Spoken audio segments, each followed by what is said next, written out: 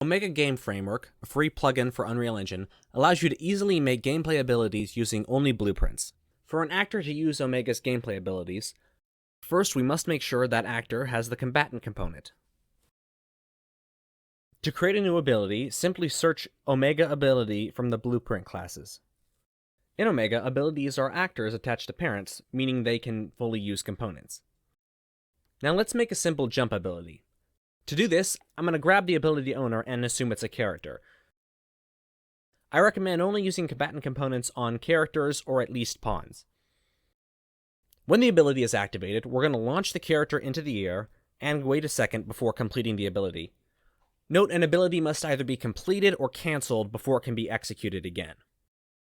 We're also going to override the can activate function to make sure we can't execute the jump if we're falling. In order to use an ability, it must first be granted to our character. This can be done one of two ways. We can manually call grant ability from the combatant component at any time. Or alternatively, if we want a character to already start with an ability granted, we can simply add that ability to the granted abilities array in the combatant component. There are two different ways you can activate an ability. Abilities can be manually activated from their combatant component and also fed in a context object, such as a data asset or an actor. However, since many of your abilities might automatically be bound to inputs, there's a way of handling that as well. Using the enhanced input component, let's go ahead and create a new input action and call it input jump. Let's create a new input mapping context and add input jump to it.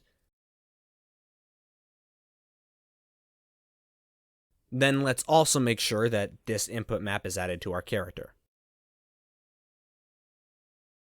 Back in our blueprint, you'll notice abilities have this, a default input receiver.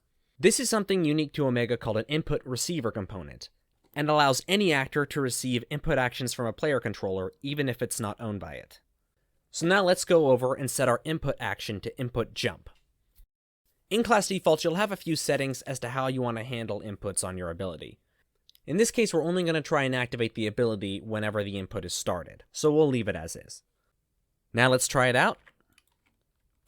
And there we go. Our ability is working as it should be. And that is the basics of how you set up abilities in Omega Game Framework.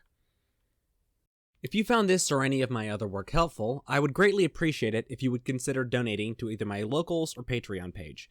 Links for everything in the description. Thank you very much for your time.